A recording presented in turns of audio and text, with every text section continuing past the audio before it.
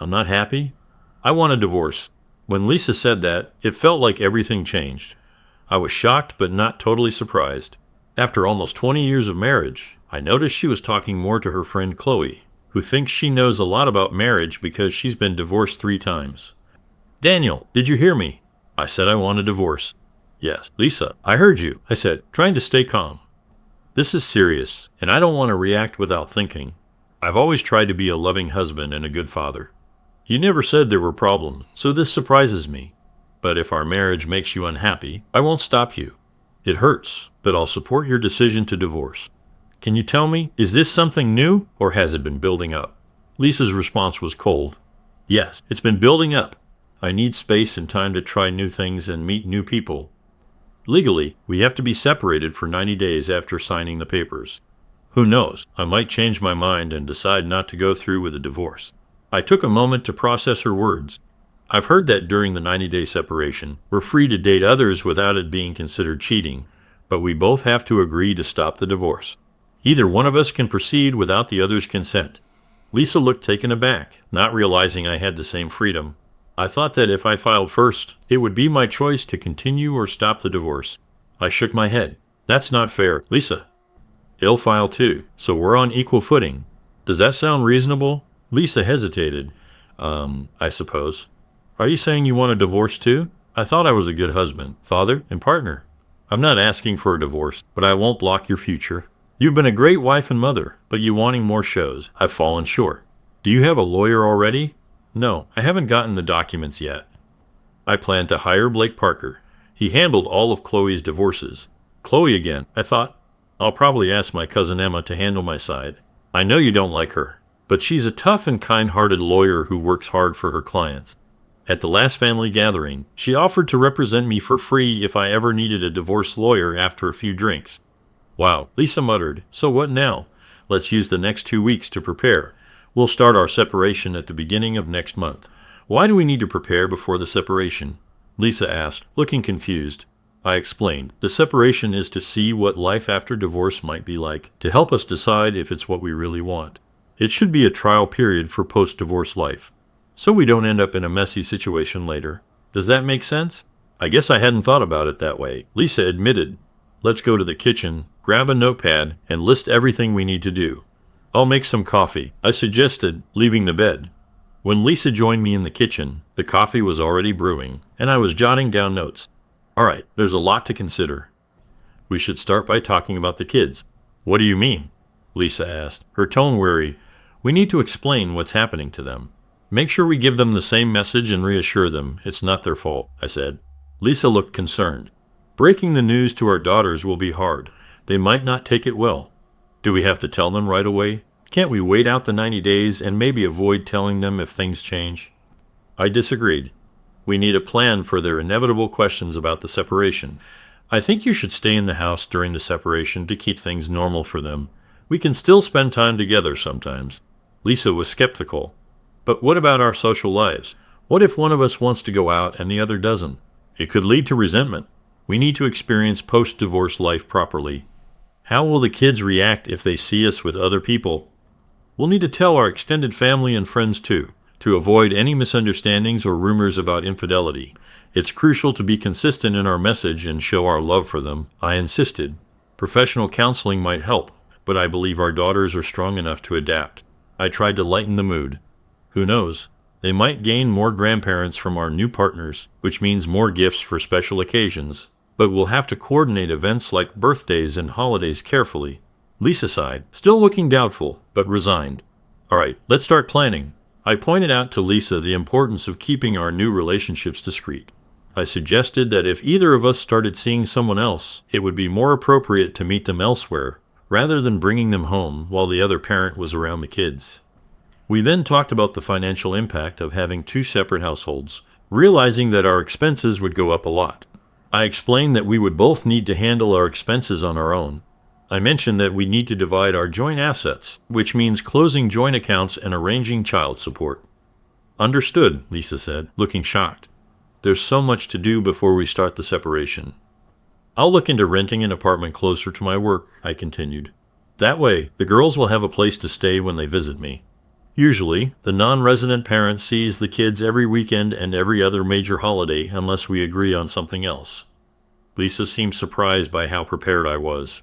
I thought you'd be dating more frequently, she noted. You and the girls always have so much fun together. I'll stay involved in their lives as much as possible, I assured her. But you'll need to be ready to take on some of the responsibilities I currently handle. Weeknight visits might be tricky because of school commitments. You might also need to help your new partner's children with their activities, just like I would if I met someone. We then discussed logistical challenges like managing belongings in 2 locations and transportation issues, especially if I don't live on the bus route for their school, which could disrupt their routine. This isn't unfolding as Chloe assured. Lisa mused. She said you would relent at the mention of divorce, offering to maintain everything you do for the family, while allowing me to date others. I'm losing control of the situation rapidly. I could see she was struggling. I'm stunned. Daniel, I need to get some rest. We'll reconvene tomorrow. I'm going back to bed. Sorry, honey, but I need to jot down a few more things before I turn in. You know how my mind works. The more groundwork we lay now, the easier it will be. Good night. Lisa barely slept that night. She needed to speak to Chloe and update her on my unexpected response. Chloe would know the next steps. This assurance allowed her to eventually drift off. When she woke up, she immediately noticed I wasn't in bed. Oh my God, this fool stayed up all night working on the divorce checklist, she thought. But when she entered the kitchen, I wasn't there. Only a notepad lay on the table. She peered into the guest bedroom and found me sound asleep. Returning to the kitchen, she started making breakfast. As everything cooked, she glanced at the notepad. Under the heading, Liabilities to Change, I listed tasks like adjusting the mortgage, homeowners insurance, utilities, car payments, health insurance, and more. This was on top of the banking changes we talked about the night before. The next page detailed my expected expenses for the apartment and a budget showing how much child support Lisa would need to keep up her and the girls' current lifestyle. The budget showed a shortfall of several $100s each month. I also outlined ways to cut costs, like stopping my frequent visits to Waffle House and Starbucks, which made her smile. She added her own expenses, like her gym membership, participation in a women's group, and eating out more than once a week. I included some of the children's expenses, like fees for extracurricular activities, uniforms, and other essentials. On another page, I listed tasks Lisa would need to handle, like refueling the car, regular maintenance, arranging for a mechanic or plumber when needed, calling for heating and air conditioning repairs, lawn care, car washing, grocery shopping, and so on. She set the notepad aside, frustrated. Why isn't Daniel behaving as he should and giving me what I want? I need to call Chloe before Daniel wakes up. Lisa dialed Chloe, keeping her voice low. Hello, Chloe, it's Lisa. We have to keep our voices down because Daniel is sleeping nearby. How did it go last night? Chloe's voice conveyed excitement, anticipating a positive update. Instead of asking how he could improve to prevent me from divorcing him, he agreed to the divorce and started listing all the tasks he'd currently handle that I'd have to take on.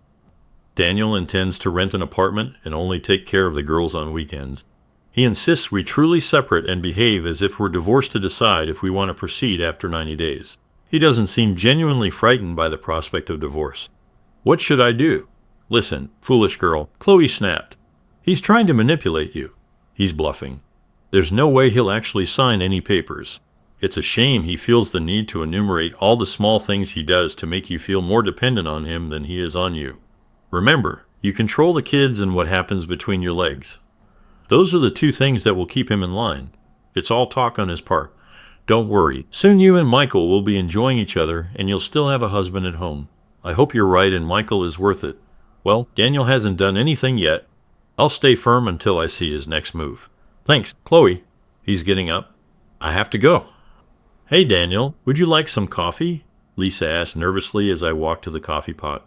I mentioned that drinking coffee late at night wasn't a good idea. I hardly slept last night. Why didn't you join me in bed? Well, I went for a walk, but I didn't trust myself, I admitted.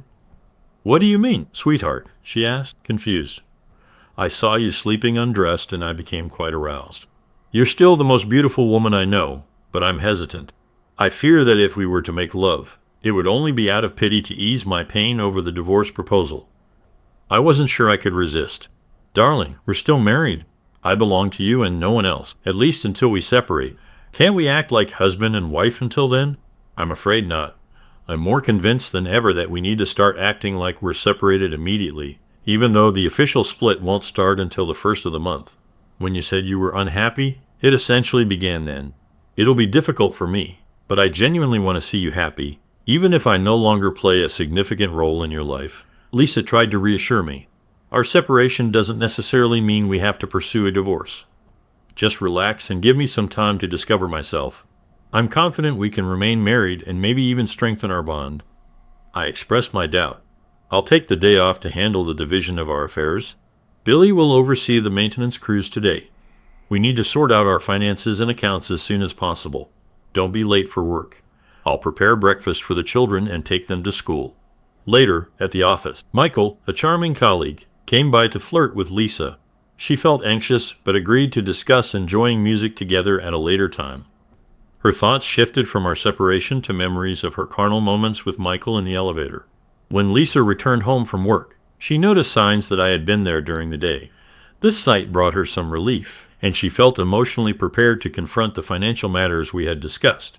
It seemed like she was thinking, I have 90 days to explore, remain married, and then I'll try to figure out how to engage in a relationship with Michael without getting caught. Sitting at the kitchen table, she reviewed her notebook once more. I had added a few more items to the list. She also noticed a new list titled Possible Women for Today.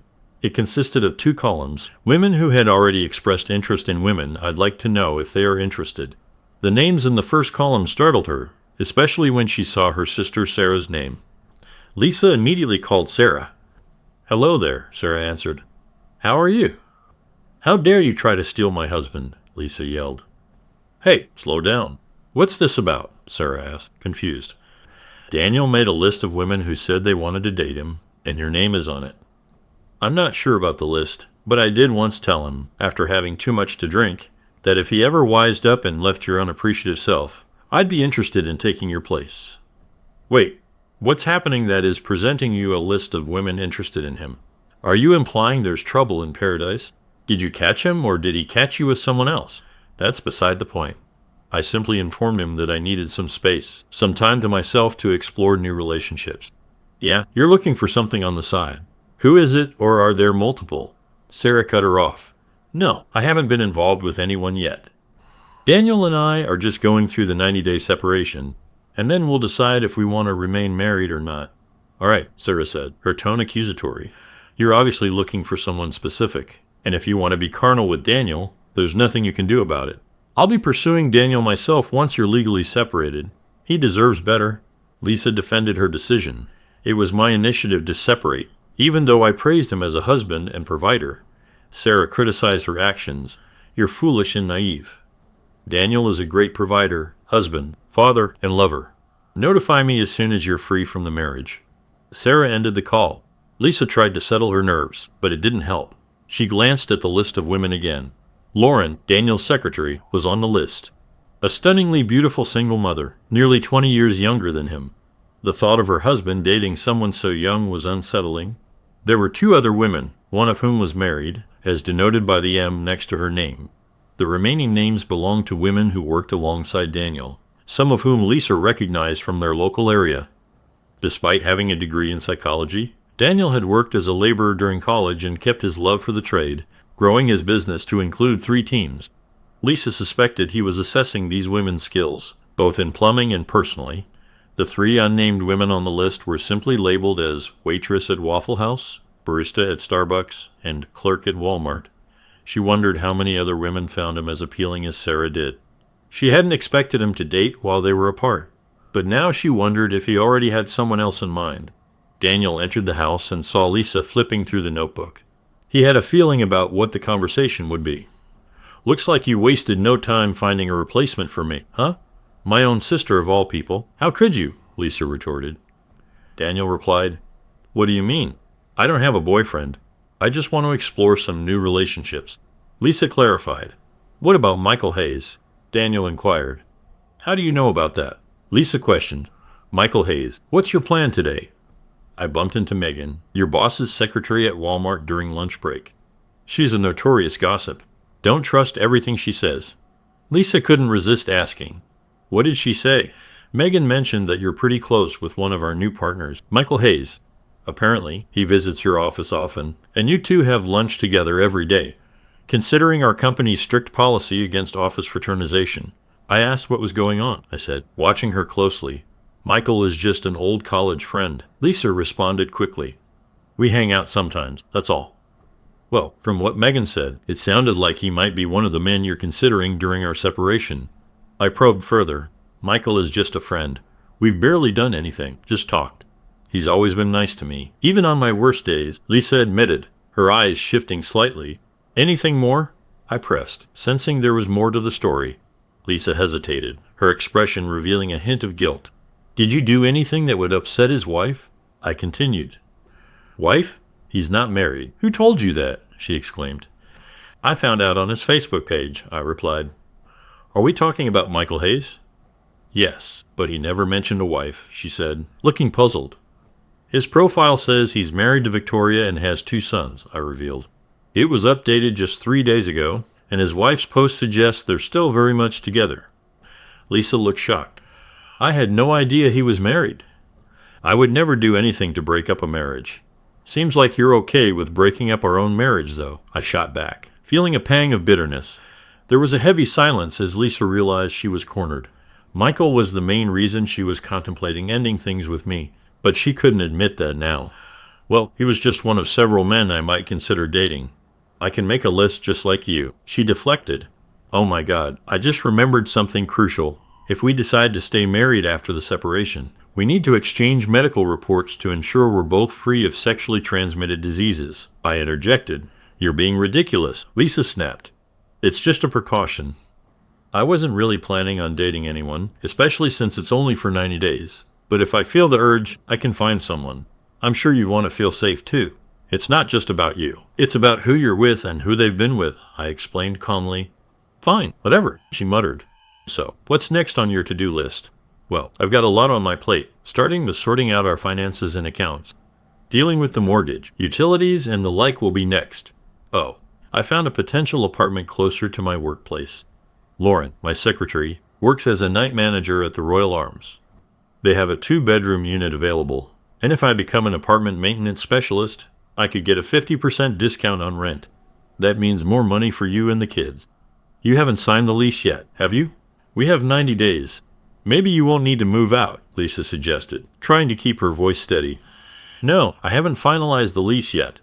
Lauren mentioned they typically don't do month-to-month rentals, but she might make an exception for 90 days. When she found out about the divorce, she expressed interest in me. I was surprised given the age gap and all. I had no clue she found me attractive. I politely declined, saying that workplace rules don't allow employees and managers to have personal relationships. She suggested finding another job if that was the issue. That's why I put it on the list, I explained. Lisa was angry inside, but kept quiet. Without waiting for her response, I continued. Here's some news you might like. I booked 2 tickets for a 10-day vacation in Hawaii. It was meant to be a surprise for our 20th anniversary. Lisa's mood changed instantly. Hawaii? Oh, Daniel, you know how much I've always wanted to go there. This is amazing. I can't wait to relax on the beach and swim in the ocean. Thank you. But my expression remained serious. We won't be going to Hawaii together. When you mentioned divorce, I realized we might not make it to our 20th anniversary. I tried to cancel and get a refund, but it was too late. They only offered a 20% refund. I realized the trip to Hawaii is more your dream than mine. So I had them change the tickets for you and a guest. It could be a great start to your new relationship if you offer your new man an all-expenses-paid trip to Hawaii. But Daniel, I wanted to go to Hawaii with you. We could postpone the separation. In fact, I'm considering calling off the whole thing. Now that I've had time to reflect, I'm not as unhappy as I thought, Lisa pleaded. I'm sorry. I've thought about this a lot. I don't believe I could be content knowing the possibility of divorce hangs over us. Even if you retract the divorce now, you can't erase what you said. And I can't erase the images in my mind of what you and Michael might have done. I'll likely proceed with the divorce regardless of your decision, though I can't fathom life without you and being only a part-time father to my girls. With that, I retreated to the guest bedroom upstairs. Lisa was devastated and knew only one person to turn to, Chloe. She called her immediately. Hello, Lisa, what's wrong? Chloe, everything has gone wrong. Daniel found an apartment and his secretary is already flirting with him. Even my sister wants to date him. The worst part is he had tickets to Hawaii for our anniversary and gave them to me to use, but he won't go. He said I could use them to take my new boyfriend. What do I do now? Chloe let out a chuckle. What's the problem? You and Michael could have a great time in the sun, fun, adventure, and even some amazing romance. No, I found out Michael is married, and his wife and kids are moving here soon. I can't go to Hawaii with him. I want to go with Daniel. Hold on a second, Chloe interrupted. I think I just figured it out. Wow, Daniel is smarter than I thought. He says he booked the trip a long time ago, but it was just a trick to make you feel guilty and stop the divorce. Don't worry, with your looks and charm you'll find boyfriends as good as, if not better than Michael in no time, all while keeping your marriage and family intact. Oh my goodness, I never imagined he could be so deceitful. Help pay for this. Thank you, Chloe. I was on the verge of giving up, but now I'm more determined than ever. He's going to regret this dearly. Let's chat later. When I came downstairs with a small suitcase, Lisa glared at me. So you're trying to make it look like you're already moving out. No worries. Goodbye and good riddance. Actually, I was just taking a few things to the apartment to avoid carrying too much at once and startling the girls. Lauren mentioned I could move some stuff in before the 1st since the apartment is empty anyway. I explained. Your attitude seems different from earlier. Let me guess, you were talking to your marriage guru, Chloe again. She's quite the expert at divorce, isn't she? Don't try to provoke me by insulting Chloe. She's on my side. She saw right through your Hawaii ticket scheme. You fabricated that tale just to coerce me into giving up everything. Nice try, but I still want a divorce and can't wait to finalize it. There are plenty of guys out there who desire me and are willing to meet my needs, Lisa snapped. You're absolutely right, especially about the attention you'll get from other guys. I have no doubt you'll have numerous offers once they realize you're available. I've always considered myself incredibly fortunate to have such a stunning woman like you, a fantastic partner in raising our children, and until recently, a faithful wife and lover. You're wrong about the Hawaii trip, and I can prove it. Just give Helen James at Flight Right Travel Agency a call. It'll dial her now. I pulled out my phone and dialed. Hi, Helen. It's Daniel Morgan. My wife is on speakerphone, so you can tell her the details about the trip. She has a few questions. Of course, Daniel, Helen responded. I'm really sorry you won't be able to go. It sounds like you were excited about surprising your wife and enjoying your vacation. What details do you need, Mrs. Morgan? Lisa asked, could you please explain exactly what's included in this trip? Certainly. This is a 10-day trip covering 2 islands. It includes stays at our top-rated hotels, meals, transportation, hula lessons, and luau dinners. Traditional tiki performances, opportunities for surfing, swimming, and dancing, all set in a romantic atmosphere. Many couples have found it to be a transformative experience for their marriage. When did my husband initially arrange this trip? Lisa asked, certain this would expose my deception. Let's check, Helen said, pausing for a moment. According to our records, he inquired about it approximately 3 months ago, then finalized his selection for this specific trip 2 months ago, with payment made 2 weeks thereafter. Yesterday, he contacted us to cancel the booking, resulting in a 20% refund.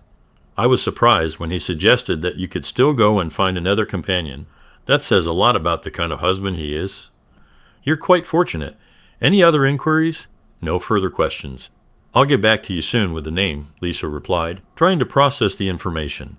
After the call ended, she tried to anticipate Chloe's response. You think you've outsmarted me once more, don't you? You and Helen conspired to fabricate this Hawaii trip story before I even mentioned divorce. Well, I've caught on, she said, feeling a twisted sense of pride in her deduction. I let out a heavy sigh. You should talk to your parents. What do my parents have to do with this? She snapped. Who do you think will look after the girls while we're away? I asked. Fine, let's call them, Lisa responded, caught off guard. No need to rush into it. Dear? I'm already dialing, I stated. Daniel, wait. But her mother answered the call, recognizing the number. Lisa, how are the girls? I'm glad you called. Hi, Daniel, her mother said. Hi, Mom, Lisa replied hesitantly. Mom, this is Daniel. We're on speakerphone. Hold on, let me get Dad too, she said. In the background, we heard her father's voice. Frank, it's Daniel and Lisa. Pick up, honey. What's going on, guys? Frank joined the conversation. When Lisa remained silent, I spoke up. Lisa knows now, so no need to keep it a secret. We're sorry I can't go, but I didn't mention why when I called earlier. I hope it's not health related. When you called this morning and said we wouldn't babysit the girls for your Hawaii trip, we were disappointed. We were looking forward to having them with us for 10 days, and we felt bad for Lisa that you couldn't go with her. We know how much she wants to go, but she'd rather go with you than anyone else. Have you decided who to take, Lisa?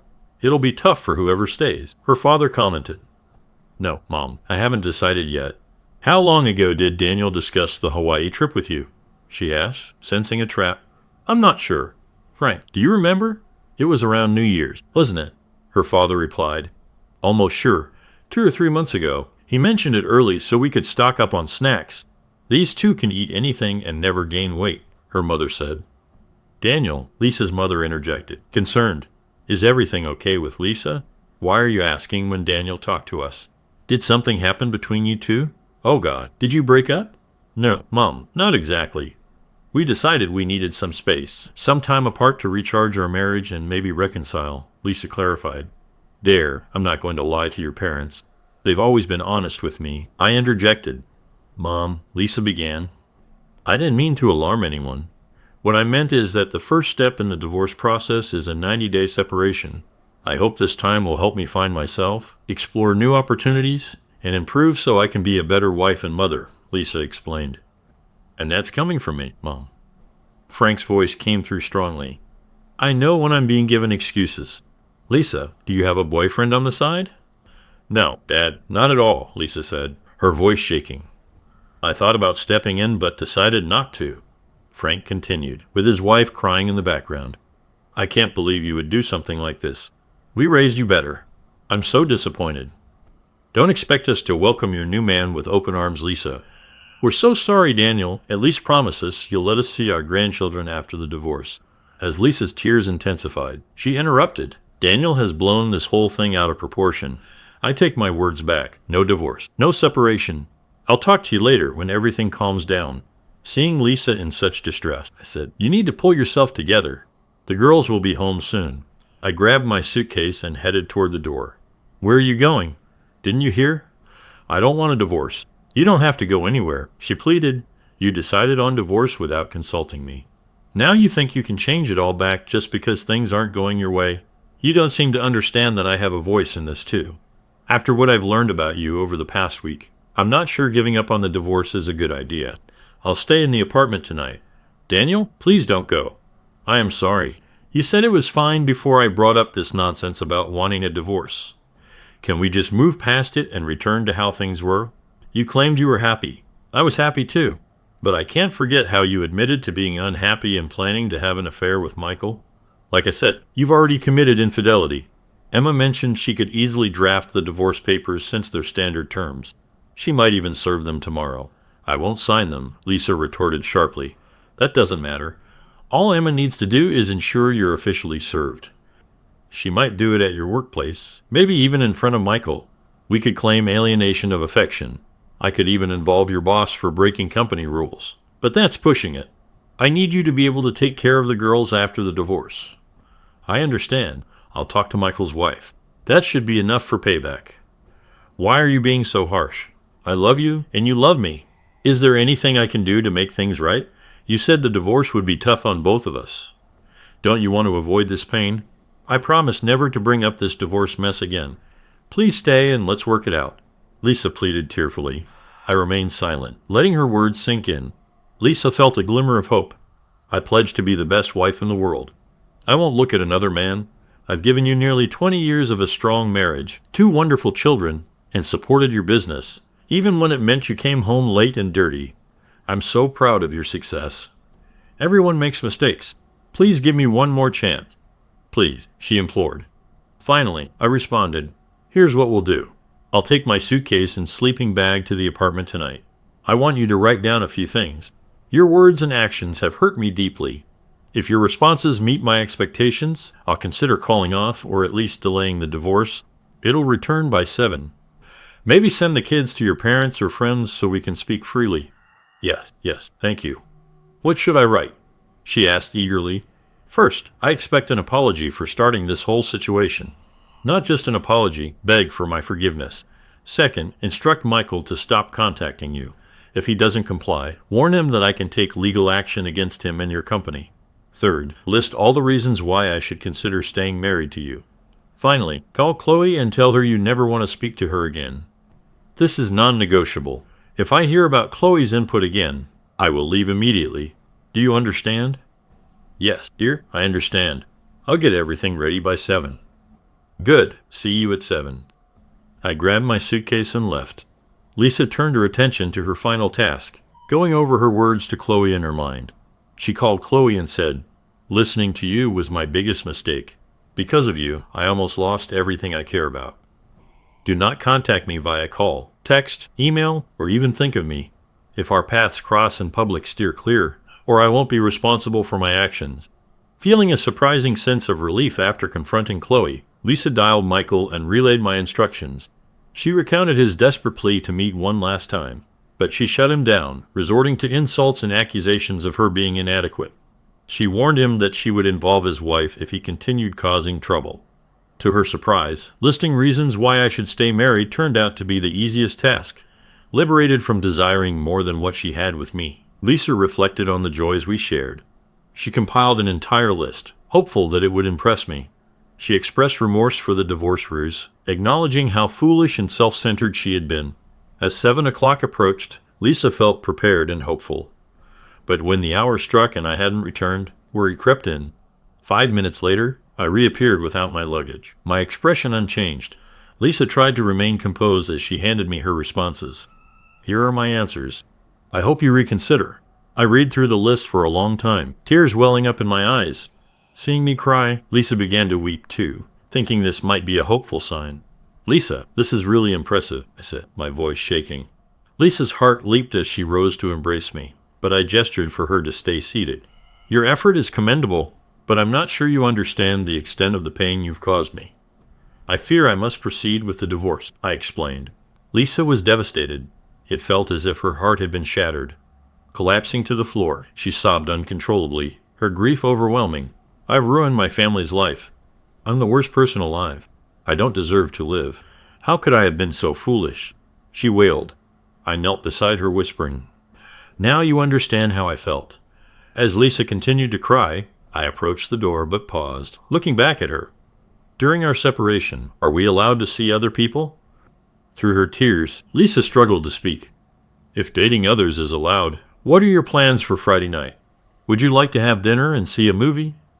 Are you asking me out on a date? Lisa exclaimed, wiping her tears. Yes, I think our relationship has changed, but maybe we can start fresh, I suggested.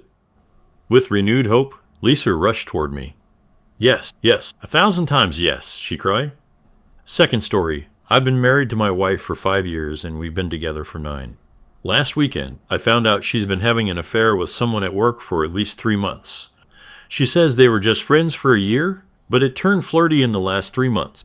She claims they haven't slept together, only kissed and cuddled, but the messages suggest otherwise. I found Snapchats with content and messages like, "Last night was fun," and "You should go on top more." I asked her 3 times in the past 2 months if she was cheating, and each time she said no and got upset for asking. The guy she's been seeing is also married and has 4 children. He has multiple affairs, including one with someone who has a 3-month-old baby. My wife has lost everything. We have a beautiful 3-year-old, a home, and no financial worries. I have a good job. I did everything for her. I did the housework, cooking, ironing, and paid for everything. Maybe I made things too easy for her. Now she's staying on a friend's sofa and looking for emergency accommodation. I've tried to be amicable, letting her see our child 4 times this week. Despite this, I'm feeling all sorts of emotions, from anger to sympathy for her. I can't stop thinking about whether she and her lover will last and why she did this.